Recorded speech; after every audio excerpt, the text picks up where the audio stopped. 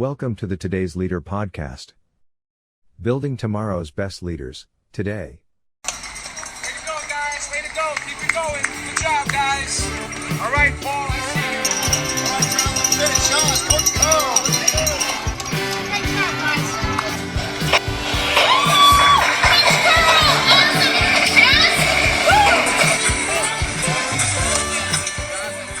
Hey there, it's Coach Corella here, and welcome to episode 451 of the Today's Leader podcast, Building Tomorrow's Best Leaders Today. Now, we've got an absolute treat for you today, and it's one that you may not even know that you need. Leaders need to dance. Yes, you heard me right. Leaders need to dance. And today I welcome Joseph Corella to the podcast. Now, Joseph has an extensive resume of success and achievement. He's traveled the world. He's won numerous awards. He's worked with major celebrities like Rebel Wilson. He's worked in Broadway, TV, done Vegas shows. You name it, it seems Joseph has done it. And this is an incredible conversation that has so many lessons for leaders. Yes, you heard me right. So many lessons for leaders. You know, 3 that quickly come to mind: follow your passion, be authentic, and dance like the world is watching. I love that one. Dance like the world is watching. Lead like the world is watching. This may be a conversation that you didn't know you needed. And what excited me most about Joseph, apart from his absolute passion and energy for dance, is his venture called 567 Broadway. 567 Broadway. And it's an all-levels dance fitness class, which is like a Broadway musical in your home that helps you get fit in your home or at the studio. It's an amazing business idea, and it's one that Joseph is relishing the challenge of putting together and making successful. So after a word from our sponsor, it's my absolute pleasure to welcome Joseph Corella to the podcast. The podcast is brought to you by Think and Grow Business, the home of the Think and Grow Business Mastermind. If you're serious about growing your business, get serious and join a mastermind group today. Find out more at thinkandgrowbusiness.com.au.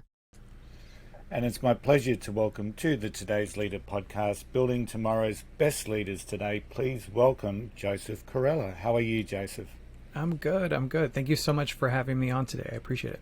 Yeah, I'm actually, it's a little bit different to what we normally do. Normally we're talking with leadership experts or CEOs, and you're a bit different. You're a talented artist. So share with the listeners the Joseph Corella story. It's going to take forever. No, I'll try and sum it up really quick. Dance is a key foundation for me. So I started dance when I was about 7 years old. I'm no longer 7. It's been a while, but dance has been such a way for me to connect to myself when I didn't even really understand the benefits of what it was doing. But overall, it really helped me connect to my heart, connect to my soul. I think the arts in general, the creative arts, are really powerful and really amazing. And I think I know even just like leadership wise, what you were saying, it really has taught me to step out of my comfort zone in different ways and continue to step forward and to lead. And if it weren't for dance, I would not be in the position that I am today. I'm a Broadway performer. I've done national tours. I've performed in Vegas. I've done the things that I've really dreamed of doing. And now I created a dance fitness company called 567 Broadway, which is a dance fitness class for everyone that is to Broadway music. So it combines dance, fitness, Broadway, but really it's for adults to find, create, step out of their comfort zone, to find their light. And I know dance is a really beautiful way, along with connecting to music, movement. But overall, I really try to, I do try to create leaders in this world. I think we all, whether it's in your community, leadership is in our families, with our friends. It's a way that I think we all really deserve to be leaders in one way, shape, or form. Absolutely. Great start, Joseph. So one of the things that I see with people like yourself, you've been successful, you've achieved your dreams. the journey is always really, really important. So how I always talk to people about enjoying the journey. So many people get fixated on what the end looks like, what the vision looks like, what the goal looks like, and that's fine because you need to have that motivation as you go through the journey. But you need to enjoy the journey. So when I look at what you've done, you've worked on TV shows, you've been on Broadway. Vegas must have been so much fun as a dancer, but now you've gone into another world of having your own business. So talk me through initially what drew you into being a dancer. I mean, I love with dance in general. I do have a love. I love it. I feel that love. I don't think, especially with anything in the performing arts, you really gotta love it. And especially like I always tell people, if you don't, like people are like, I want to be on Broadway, or like, well, if you go to New York and you truly don't love the performing arts, New York will chew you up and spit you out. And, it's not an easy city at all. So I'm really grateful that I have the love, but what it's done for my life overall. And that's, like you said, creating a company. Like I created a workout video. That was a journey. Let me tell you, that took me into a new position of leadership that I had never experienced before. There was a lot of money that went into that. It was really, I learned there was lots of mistakes along the way, but I've learned that accepting that and not letting it get in the way, not being like, well, I made a mistake. Great. Now this is all, it takes all those little quote unquote mistakes to really keep moving forward and say, okay, what can I learn from that? But the workout video is legal rights, production, advertising, make it, all of those things it really took me into my next part as a business owner. And now, especially with what I love doing, I try to share that message with as many people as I can. And that's my next chapter, is really figuring out how to take that more into the world, because that's my passion. Without passion, I've always followed my passion since I was a kid. So you said really like, why do I love what I do? I've always been passionate. And whenever I'm passionate about something, I've always continued to do that. Even if people were like, I grew up in the 90s, and like the 90s in Phoenix, Arizona, as a male dancer, like in junior high, let me tell you, it was not cool. There was no TikTok. It was not cool. But I loved it, and I was passionate about it, and I was never going to let anyone take that away from me. And I'm not saying things were perfect, but by no means was I ever going to stop doing something because somebody else told me I couldn't do it.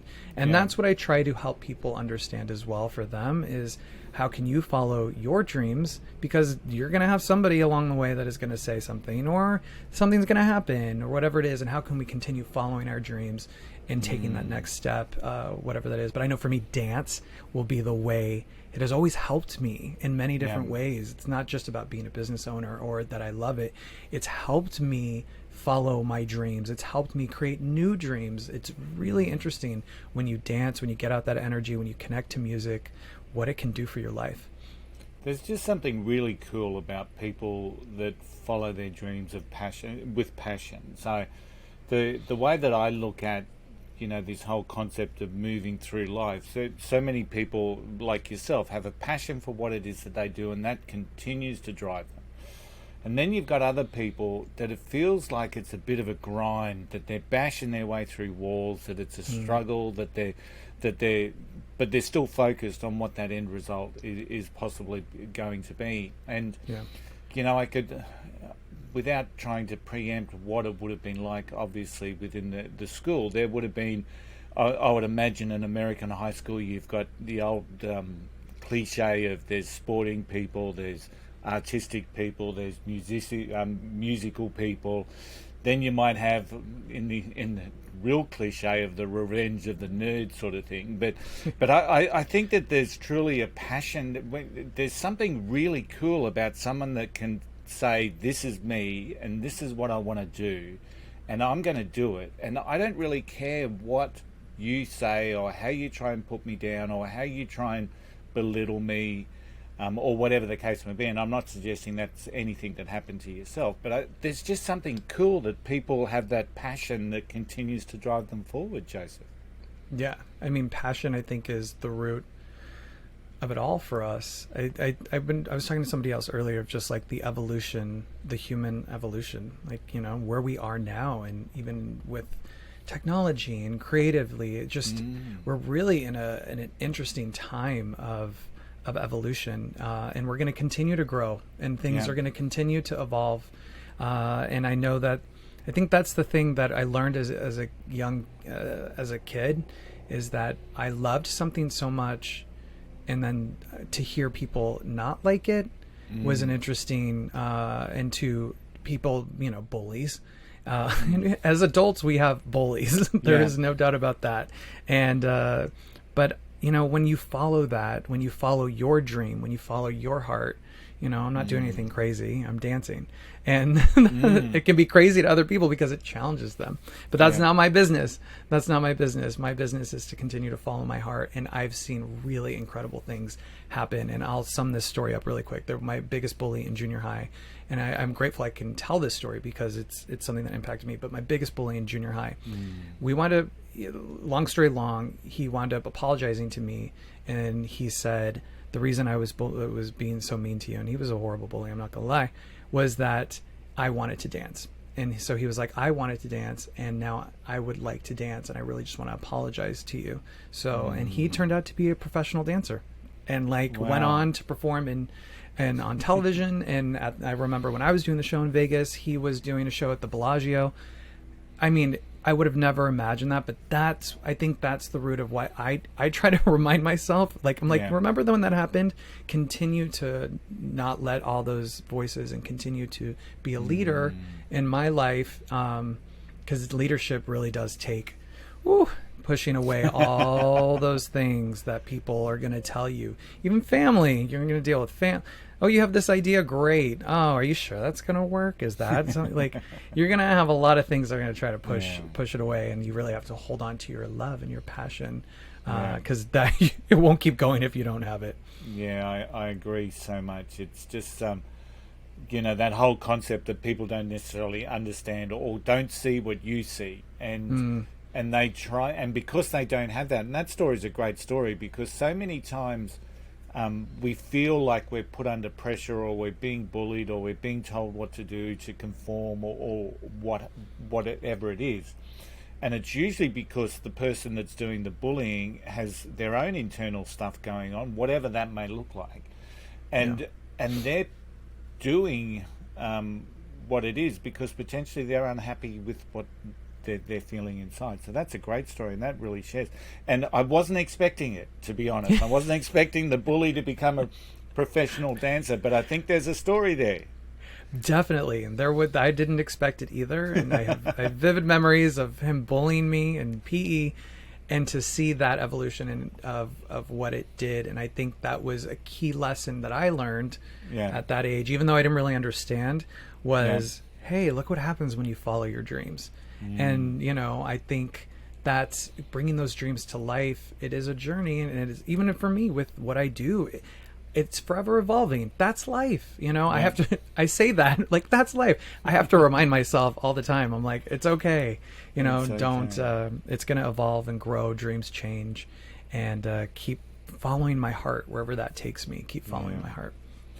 So I'm a regular visitor to New York, and I love the concept or the theme or the vibe that you get with Broadway, and I love seeing the people lining up in Times Square to get their cut price tickets, or whatever shows have got some shortfalls, or what have you. There's just this sense of you're in a special place. So tell me about Broadway. I mean, I will never forget when I went to New York for the first time, like as a kid. And I found love. I love New York City. I love the energy, the life. It is a busy city. But I love what Broadway also, storytelling. I think that there's something real in storytelling in many different ways, whether it be like a fun, flashy musical to a really heartbreaking story that you see on stage, and watching people live in person right there in front of you in the very moment. There is magic within that. And when you sit together in a theater and you hear the instruments and you see the set and you see the costumes, you get sucked in, especially when it's really good and it's the right formula. You get sucked into that, and how life-changing that is. I do not take any of that for granted.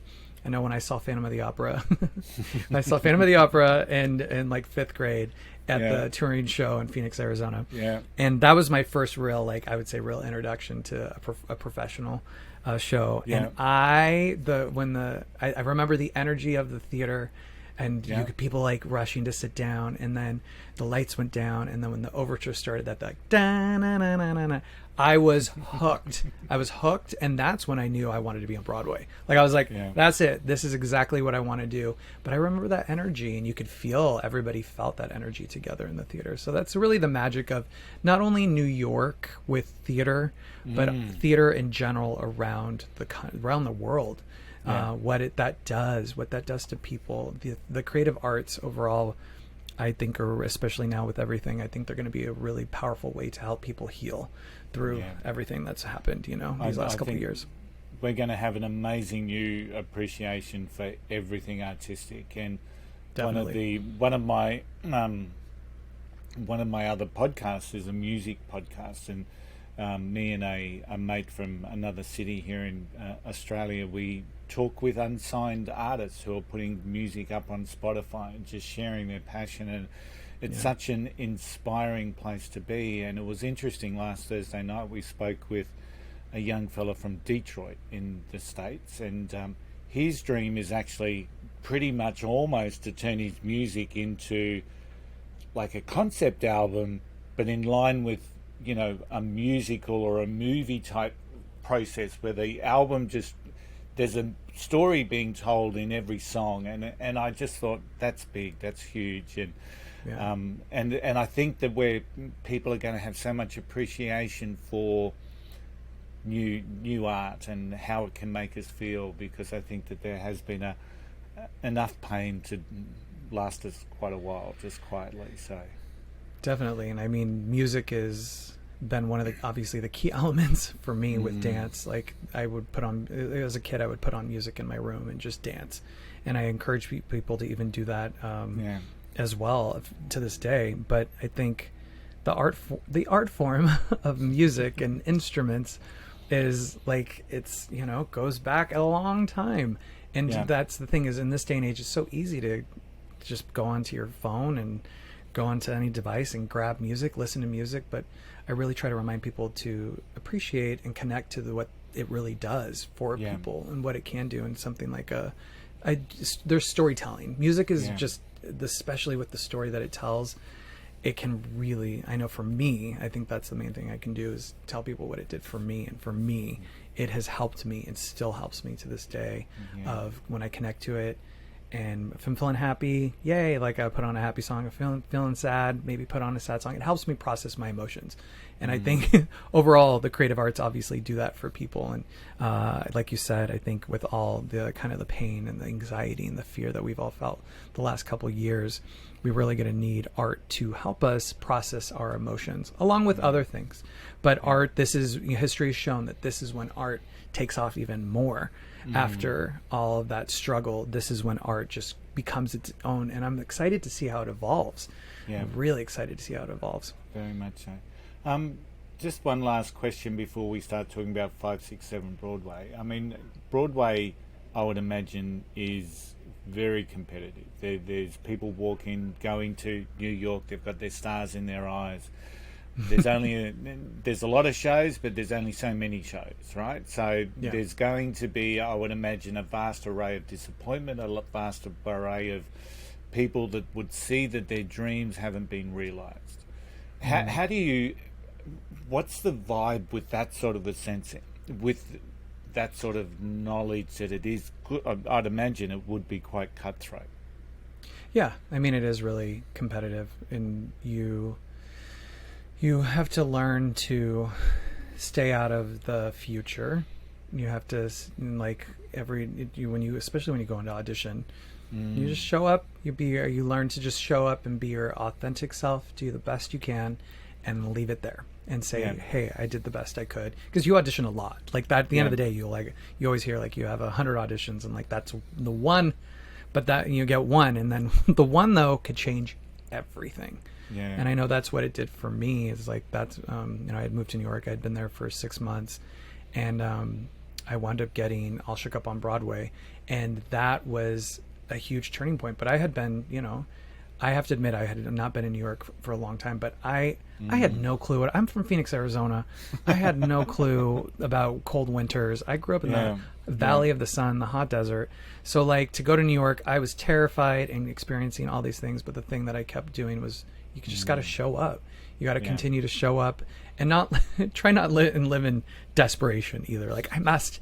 It's like I think we talked about passion. It's like, follow my passion and let it happen. Oh my God, I just quoted Flashdance. That is Flashdance. I didn't even mean to, but it happened. And I think there's so many stories there, and so much a leader can take on board. The concept of just showing up, the concept of being authentic, your authentic self as a leader is just so vital, especially today. People don't like seeing fake facades. People don't like seeing the old bluster and bullshit style of leader that thinks that that's the way that they've got to go. People want authenticity. They want to see some passion. They want to see some genuine care and empathy.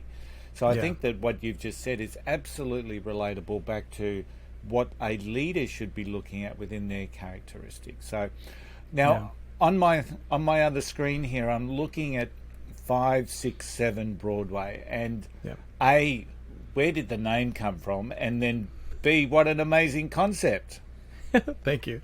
Yeah, the name came from, I was trying to think of different names at the time, but because you say 5, 6, 7, 8 in dance, 5, 6, 7, 8, and because you only count to 8, but I wanted to complete 5, 6, 7 Broadway. Like, it's the 8 of that, and the whole concept too is creating like 5, 6, 7 pop, 5, 6, 7 80s. Like, it continues to go, but yeah, that's kind of where the evolution of that, and then it's been. I mean, I have not. It is. I've created it like 10 years ago, so it's been a while, and it's been a slow evolution to where it is today, which is really exciting. So fundamentally, it's fun and fitness to a musical theme. Have I picked up on that? Yeah. So 5, 6, 7 Broadway. So it's not Zumba. It's not Zumba on a screen or anything. You're actually. Some people would say like the type is a Zumba-esque in a way in its own, because it is something for everyone, and that Zumba really has created a great program, something really for everyone that has gone around the world. So I respect that. But like 5, 6, 7 Broadway is I call it a creative workout experience, because it's beyond just like working out. It is a tapping into your. It's like as if you're a performer doing this, but it is, I'm not doing, 5 pirouettes to like leaping down to the ground, and like it is dance fitness. So I'm using it as a way to get your heart rate up, doing squats, to certain songs.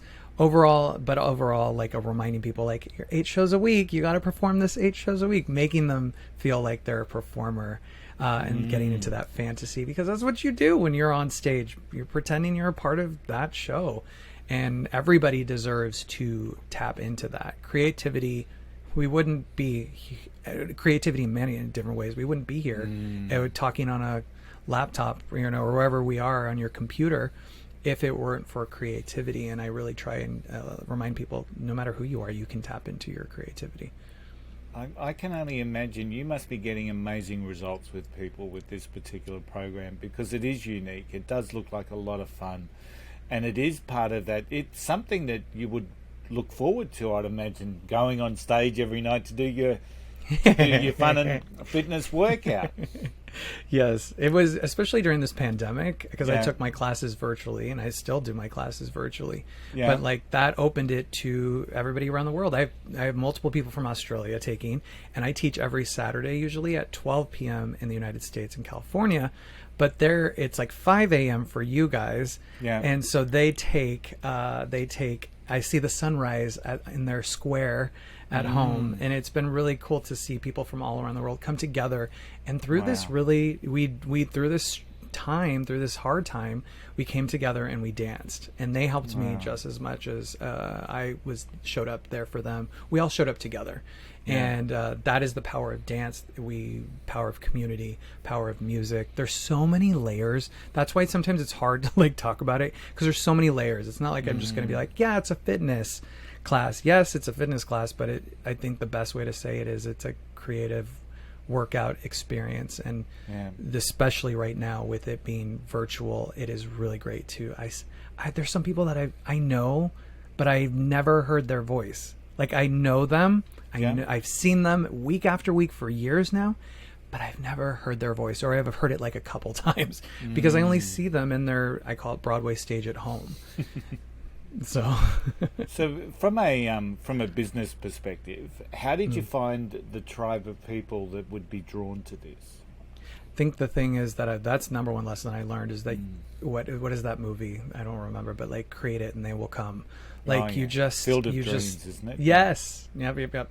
That's the thing. I created. I followed my passion, created it. I remember the first class I had like 2 people in class, but I kept putting it out there and it found its tribe. And I continue to remember to do that, not try and force it. I don't force it upon people. If you want to come, great. If you want to go do something out, great. Overall, I continue to show up. And it always, the right people, especially word of mouth. Word of mouth is, because when somebody has an experience, they want to share that experience with somebody else. But then there's a whole advertising thing, especially I learned that through the workout video and really trying to get it out there. But overall, I really try and I would try to remember the why. Why do I do what I do? That's the most important thing. If I continue to do that, everything else seems to fall into place. Obviously, I still need to continue to learn my business skills, everything else. But if I continue, why am I doing this? Okay, then that's the main focus, and everything else will build from there. Excellent. So, what's next, I guess, for 5, 6? So you mentioned 5, 6, 7 pop and 5, 6, 7 80s. That might be cool for an 80s kid like me. I love the 80s. I love and people are nostalgic now for the 90s. So I'm like, wait, what? But I really want. I know my heart is telling me that the next chapter is taking this more out into the world. I started this in Los Angeles, and it's been, getting it fine-tuned here in LA, and then the pandemic and virtual classes. But it's really, the next chapter is taking it out into the world. I need taking it to other people, to as many people as I can. Yeah. And, I really want to help people understand the power and the magic of dance, and obviously 5, 6, 7 Broadway. And that's, I've been working on some things to really take it more. I hate to say the word globally, but globally. There you go. So you must be in a pretty good place at the moment, Joseph. You've been able to follow your dream all for most of your life. So are you any close to realizing that dream and saying, where I am is where I saw myself, or is there still more of a stretch to go? I mean, I think I'm so surprised by every return. If I follow my heart and my passion, I think that's what we've been talking about. Yeah. I used to say I know what I want, but and then I learned that isn't always going to happen that way, and and to be open to it changing, but continuing to listen to my heart, trying to put my best foot forward with that. But I have dreams that I know where I want to go, but I'm excited to see what the universe is going to surprise me with. I'll just say that. Excellent. So who's been part of your inspiration in your journey? Is there anyone that you've seen as someone that's been a real positive light for your journey? I mean, there's many people. Our teachers are what make us, especially when growing up, our teachers are those are so important, those people along the way. And I know for me, it always comes back to my junior high teachers. They were the ones that supported me. It was amazing to watch them inspire, junior high kids to love theater. It was really, it was doing the school musical in junior high was strangely the coolest thing. Everybody wanted to be in it. And it's because of those teachers. Yeah. Those teachers made that cool, and they put a lot of extra hard work into it and gave a lot of extra time. And I realized later, as I was talking to somebody, that they would have a fundraiser because the school wasn't going to pay for that. So they would have a fundraiser and things that I didn't know about to make that magic happen. So Miss Hall and Mr. Bechtel from junior high, they're my favorite. And I would not be sitting here if it weren't for their support, along with many other teachers. But I'm going to just say those teachers for now. Yeah, teachers can be such a motivational, inspirational, redeeming sort of safe space as well, because they're providing that encouragement to us that maybe we're not getting in some of the other areas of our lives. And when you get encouraged, it's amazing what we can do. I'm always reminded by Dan Cathy, who set up Chick-fil-A, and he calls himself the CEO, or the Chief Encouragement Officer. And then he'd say, who needs encouragement? And how do you know when someone needs encouragement? Then he did a pulse check. He said, if you've got a pulse, you need encouragement. And to me, I thought that was just such an amazingly simple way to talk about what every single human needs. Every human needs a bit of hope, and every human needs a bit of encouragement. And I think that that's beautiful. So when we talk about leadership, so I'm going to throw you on the spot here, and I know that you've had leaders right throughout your through your journey, but tell me about, what are some of the traits that you see in what you would consider great leaders? What are some of those traits that you can identify? Oh, that's a great question. I mean, I think some great characteristics of a leader are someone that is flexible. Flexible. Because that's the thing that I've learned through business, is that you have to be flexible. And that was a hard lesson for me to learn, actually. Yeah. So flexible, and then, that's tough. There's many different layers to it, but I mean, I think I'm going to keep it with that. I think that's a key component, is being flexible, and knowing that. I know for me, it was when I was creating the workout video, and that was a huge leadership. I had to really take it up a notch. Is that mistake? I was new, so I didn't understand how to do it. I had never created a workout video, and so there was a lot of different mistakes, not even mistakes, things that happened that I didn't know about, and I had to really say, okay, I'm okay with that. And I guess another thing is finding compassion for yourself as you are stepping up to the plate, to know that you are a leader is also, because if you continue to beat yourself up, it's just you won't want to be in the leadership position as you're learning and taking care of other things, and things are gonna go wrong, and it's a matter of how you look at that and how you move from that. And it's something that I try to keep remembering. Yeah, great answer. What about failure? Let's talk about your relationship with failure. How has it been? What is that exactly? With what?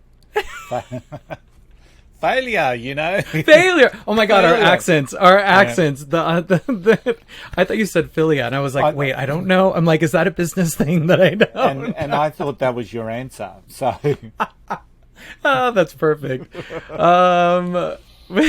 See, with failure. Oh, my Lanta. Yeah, there is no such thing as failure. I think it is, if something isn't going the way it should, you think it should be. That's the perception. Oh, that's a big one. Is perception. Yeah. It's the perception of it all. Like, it's really a matter of how are you going to look at the situation. I can either choose to look at it negatively, or I can choose to learn from it and look at it in a new direction. And I have to constantly work on that, my perception of things, because in New York taught me that too. Like, when you audition, if you expect just to go and audition and suddenly everything magically, you're going to get that job. That is perception. You're going to continue to, you think you are failing every time you audition. And so it's a matter of showing up and then doing the best you can and letting it happen. And if it suddenly doesn't go, you think it's supposed to go right, but you're actually supposed to go left, then go left and stop trying to go right. But I'm not saying I'm perfect at that, but I have for sure really learned to be okay with that, because I burned myself out when I continue to be like, I'm supposed to go right, and now this happened, and now I'm supposed to go left, but I knew I was supposed to go right. It's supposed to be right, and it's like the universe is like, just let go, and move on. Once again, that flexibility thing comes into it, doesn't it? So that ability to, not necessarily, when you're presented with options, to be able to say, well, I always thought that way was the best way, but maybe this way could be just as good. I think failure is just something, and it is all in our perception. Do I bash myself up around that failure, or do I take the lessons, brush myself off, and show up for the next time?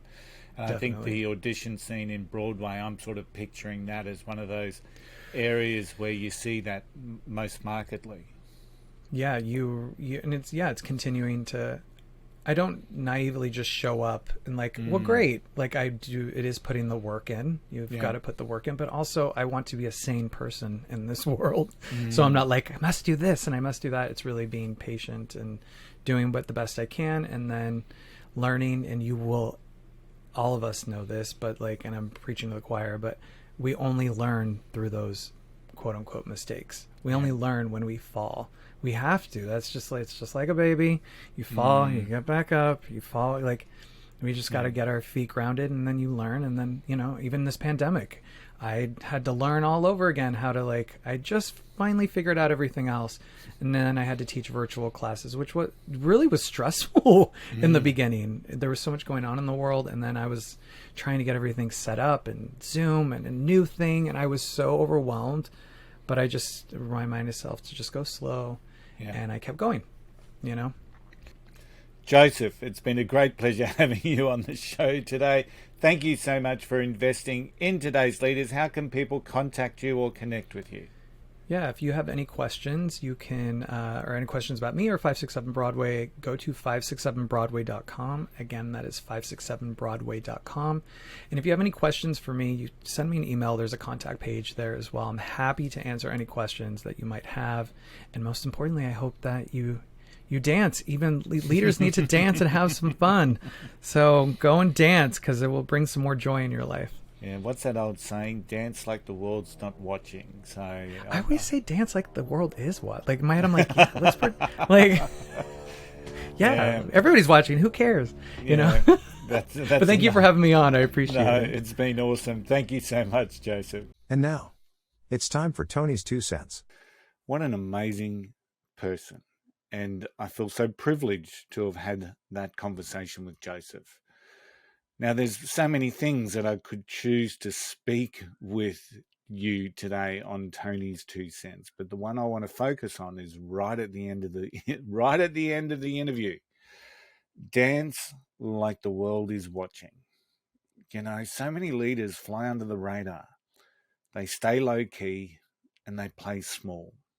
So many leaders just fly under the radar and we play small. When Joseph said, dance like the world is watching, that is an intentional effort to shine and to showcase and be the star that you are designed to be. Stop playing small is one of the lessons that I took on just from that simple language, that simple statement that Joseph used. Stop playing small. You're bigger than that. Set the scene for the best you to shine. Chase your dream, be authentic, have passion, have energy, and be ready to shine in the spotlight. Because I know that may seem incredibly uncomfortable for so many of you listening. But for others, maybe it's just a case that you need to give yourself permission.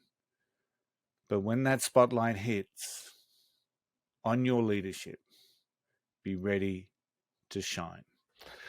You can do this. Hey, I just want to really huge thanks to Joseph for coming on the Today's Leader podcast. And of course, his links are in the show notes. If you're looking to build better leadership skills, check out the Today's Leader website at todaysleader.com.au. We really are driving a leadership revolution to build tomorrow's best leaders today. Today's Leader is a collective, the mindset to make a difference, the ability to create an impact. Think and Grow Business hosts our Today's Leader Mastermind. Think and Grow Business, where we focus on personal, professional, and business growth. Book your free 30-minute discovery call right from the homepage at thinkandgrowbusiness.com.au. Don't forget, wherever you are standing stronger, braver, and wiser. Don't forget the golden rule. Don't be an arsehole. I'll see you all again next week. Bye for now.